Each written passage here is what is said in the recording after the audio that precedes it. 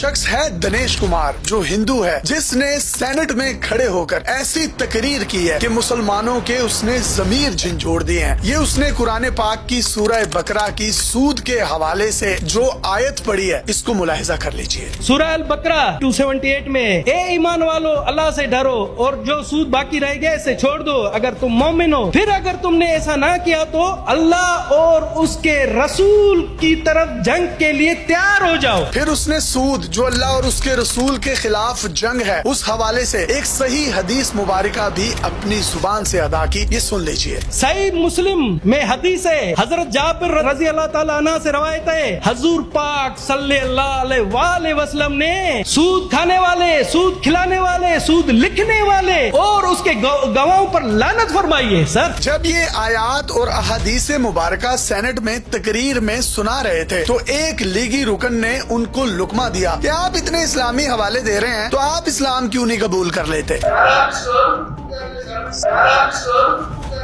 जिस पर दिनेश कुमार साहब ने जवाब दिया, जिन्होंने इस्लाम कबूल किया है, जो मुस्लिम है, उनके हवाले से तो मैं कैसे इस्लाम कबूल करूं। सर, आप इस्लामी बन जाए मैं इस्लाम कबूल कर लूंगा, आप इस्लामी बन जाए मैं इस्लाम कबूल कर लूंगा। सेनेटर दिनेश कुमार ने कहा कि पाकिस्तान का तकरीबन आधा बजट तो सूद की अदायगियों में चला जाता है। इस साल का जो बजट है वो 18,000 अरब रुपए का है, जिसमें से 8,054 अरब रुपए हमने सिर्फ सूद की अदायगियों में अदा करने हैं। अब ये 8,054 अरब रुपए कितने होते हैं, इसको समझ लीजिए। ये इतने ज्यादा पैसे हैं कि इसमें हम 19 बुर्ज खलीफा बना सकते हैं। और अगर 8,054 अरब को डॉलर्स में कन्वर्ट किया जाए तो ये 29 अरब अमरीकी डॉलर्स बनते हैं। 29 अरब डॉलर इतनी बड़ी रकम है कि जब दुबई का डाउनटाउन मंसूबा शुरू हुआ, जिसमें फाउंटेन्स थे, दुबई मॉल था, बुर्ज खलीफा था और उसमें मौजूद दीगर सहूलियात और चीजें थी, तो वो पूरा दुबई का डाउनटाउन प्रोजेक्ट 20 अरब डॉलर का बना था। तो यानी इन 29 अरब डॉलर्स में हम एक डाउनटाउन पूरा बना सकते हैं और 4-5 मजीद बुर्ज खलीफा भी उसमें से बन सकते हैं, फिर भी कोई थोड़े से पैसे बच जाएंगे। मतलब आप अंदाजा कीजिए, सिर्फ सूद की मद में हम लोग 29 अरब डॉलर्स दे रहे हैं और 29 अरब डॉलर अगर ये पाकिस्तान अपने दिफा पर खर्च करे तो ये दुनिया के जदीद तरीन 5th जनरेशन स्टेल्थ तैयारे जो अमेरिका के पास हैं, F-35, इन पैसों से 266 तैयारे आ सकते हैं।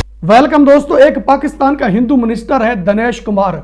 उसने पाकिस्तान की पार्लियामेंट में कुरान पाक की सूरत पढ़ के मुसलमानों के मुंह के ऊपर ऐसा तमाचा मारा है दोस्तों, जिसको तहरीक याद रखेगी। उस दिनेश कुमार का कहना है, उसने कुरान पाक की सूरत पढ़ी है, उस दिनेश भाई का यह कहना है कि अल्लाह ताला कुरान में फरमाता है और रसूलुल्लाह सल्लल्लाहु अलैहि वसल्लम ने भी फरमाया कि जो लोग सूद लेते हैं ना, यानी सूद खाते हैं, उन लोगों का इस्लाम से कोई ताल्लुक नहीं है, वो इस्लाम से दूर है। दोस्तों, उसने कुरान पाक की सूरत पढ़ी और बहुत बड़ा सबक दिया मुसलमानों को। तो दूसरी तरफ एक मुस्लिम मिनिस्टर बैठा हुआ था और उसने ये बात की है कि दिनेश भाई, आप कुरान पाक की सूरत पढ़कर बता रहे हैं, बहुत बड़ा भाषण दे रहे हैं, तो आप मुसलमान क्यों नहीं हो जाते। तो दिनेश भाई ने जो उसके सवाल का जवाब दिया है ना दोस्तों, सुनने का मजा आएगा। ऐसा मुंह के ऊपर तमाचा मारा है दोस्तों, लोग हैरान हो गए हैं कि ये हिंदू मिनिस्टर इतनी बड़ी बात कर रहा है तो कैसे कर रहा है। दोस्तों, ये एक बड़ी हकीकत है, आपके साथ शेयर करता हूं। दोस्तों, पाकिस्तान ने जो अमेरिका से कर्जा लिया था वो सूद की बिना पर लिया था। पाकिस्तान को बहुत ज्यादा सूद लग रहा है और पाकिस्तान के ऊपर बहुत ज्यादा कर्जा चढ़ गया है।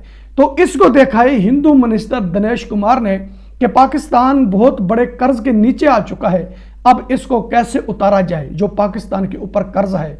तो उसने पाकिस्तान हुकूमत को कहा है कि यह कर्ज उतार दीजिए, इससे पाकिस्तान का बहुत बड़ा नुकसान हो रहा है।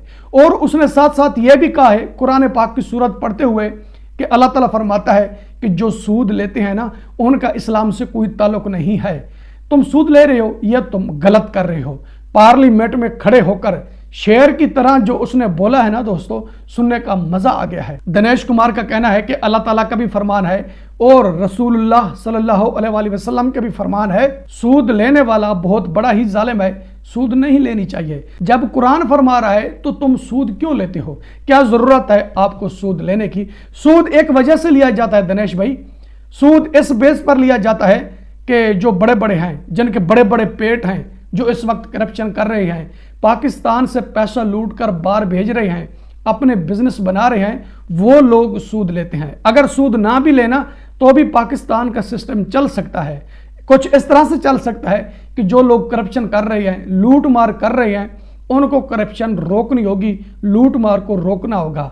तो पाकिस्तान के ऊपर कर्जा भी नहीं चढ़ेगा और ये जो सूद ले रहे हैं इनको सूद लेने की भी जरूरत नहीं पड़ेगी। ये सूद लेते हैं पाकिस्तान के नाम पर, पाकिस्तान में पैसा आता है, यहाँ से मनी लॉन्ड्रिंग होता है, दूसरी कंट्रियों में चला जाता है, अवाम को पता भी नहीं लगता। अवाम के ऊपर एक बहुत बड़ा जुल्म गिरा दिया जाता है, अवाम खुश हो जाती है और बड़ी खुशी के साथ चूरन चाट कर कहती है कि जो हमारी हुकूमत है बहुत अच्छा काम कर रही है। हुकूमत पैसा लूट कर बाहर भेज देती है, इनको बेवकूफ़ बनाकर इनको कर्जे के नीचे दे देते हैं। तो दोस्तों इस वक्त दिनेश कुमार अब ऐसे लग रहा है ना तो ये हिंदू है ना कोई तीसरा है, ये हमारा भाई है। अब जो इसको हिंदू कहकर एसोलेट करेगा हम उसको पाकिस्तानी नहीं मानेंगे। हम ये बात नहीं करेंगे कि जो दिनेश कुमार को हिंदू कह रहा है ये ठीक है। हम ये बात करेंगे जो दिनेश कुमार को हिंदू कह रहा है ना, समझे वो पाकिस्तान के खिलाफ है, पाकिस्तान के हक में है ही नहीं। तो इसी तरह एक साथ मिनिस्टर बैठा हुआ था, जब दिनेश भाई ने कुरान पाक की सूरत पढ़ी, सूद से मुतल्लक उसने बताया, तो साथ ही एक मुस्लिम मिनिस्टर बैठा हुआ था। उसने कहा कि दिनेश भाई आप बहुत बड़ा भाषण दे रहे हैं, कुरान पाक की सूरत पढ़ रहे हैं, तो आप मुसलमान क्यों नहीं हो जाते। जो दिनेश भाई ने जवाब दिया है ना दोस्तों, सुनने का मजा आएगा। दिनेश भाई ने कहा है कि भाई मैं मुसलमान हो जाऊंगा, नो प्रॉब्लम, लेकिन पहले तुम तो इस्लामी बन जाओ। तुम इस्लामी नहीं हो, मैं मुसलमान होकर क्या करूंगा। आप ये क्या कर रहे हैं जो इस्लाम के खिलाफ है, सब कुछ ही तुम वो कर रहे हो, तो मुझे क्या जरूरत है मुसलमान होने की। उसने मुस्लिम मिनिस्टर के मुंह के ऊपर बहुत बड़ा तमाचा मारा है। अब इसको सबक सीख लेना चाहिए। जो बात हिंदू भाई ने की है ना दिनेश कुमार ने, इनकी जिंदगी सबक सीख जाएगी अगर ये उस पर अमल करेगा। अगर ये उसकी बात गौर से सुनेगा ना तो इसकी जिंदगी बदल जाएगी। मुसलमान होते हुए ये वो काम कर रहे हैं जो इस्लाम के खिलाफ है। तो दिनेश भाई गलत बात नहीं कर रहा, दिनेश भाई हक की बात कर रहा है और सच बोल रहा है। अब जितने भी पाकिस्तानी हैं तो दिनेश भाई को सपोर्ट करें, इसको आगे लेकर आए, इससे भी ज्यादा इसको आगे लेकर आए। अगर पाकिस्तान को बचाना है ना तो ये हिंदू मिनिस्टर आपके साथ मिलकर इस मुल्क को बचा सकता है, वरना यह मुल्क मुसलमानों के हाथों नहीं बचेगा। आज इस हिंदू भाई ने हकीकत खोल दी है। जो पाकिस्तान के मिनिस्टर, जो पाकिस्तान का प्राइम मिनिस्टर खिलवाड़ कर रहे हैं इस मुल्क के साथ, इस हिंदू भाई की बात सुनो और इसको सपोर्ट करो।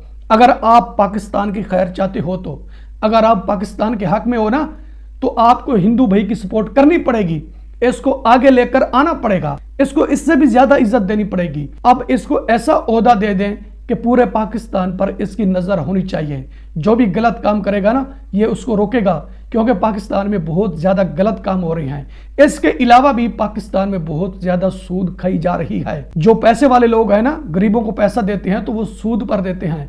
जो गरीब लोग होते हैं वो मजबूरी से ले लेते हैं, वो वक्त गुजारते हैं, तो जब वापस देते हैं तो साथ सूद मिला कर देते हैं। दिनेश भाई को यह भी पसंद नहीं है। तो मैं इस बंदे की इज्जत को सलूट करना चाहता हूं। एक हिंदू भाई ने पाकिस्तान में रहते हुए उसने पाकिस्तान के लिए इतनी बड़ी बात कर दिया यार, इसको सपोर्ट करो। पाकिस्तानियों, अगर आप ये कहते हो ना कि हमारा पाकिस्तान बच जाए, इस मुश्किल से निकल जाए, तो हिंदू भाई को सपोर्ट करो, दिनेश भाई के पीछे जाओ। जब तक मुस्लिम मिनिस्टर के पीछे रहोगे ना, इसी तरह लुटते रहोगे। जिस दिन हिंदू भाई के पीछे जाओगे उस दिन तुम कामयाब हो जाओगे, क्योंकि तुम इसके पीछे नहीं जाओगे, यह भी मुझे पता है। पाकिस्तानी हमेशा उल्टा ही चलते हैं। दोस्तों, आपको वीडियो पसंद आती है तो वीडियो लाइक करें, वीडियो शेयर करें एंड चैनल सब्सक्राइब करें। अब तक के लिए इतना ही, मिलते हैं नेक्स्ट वीडियो में।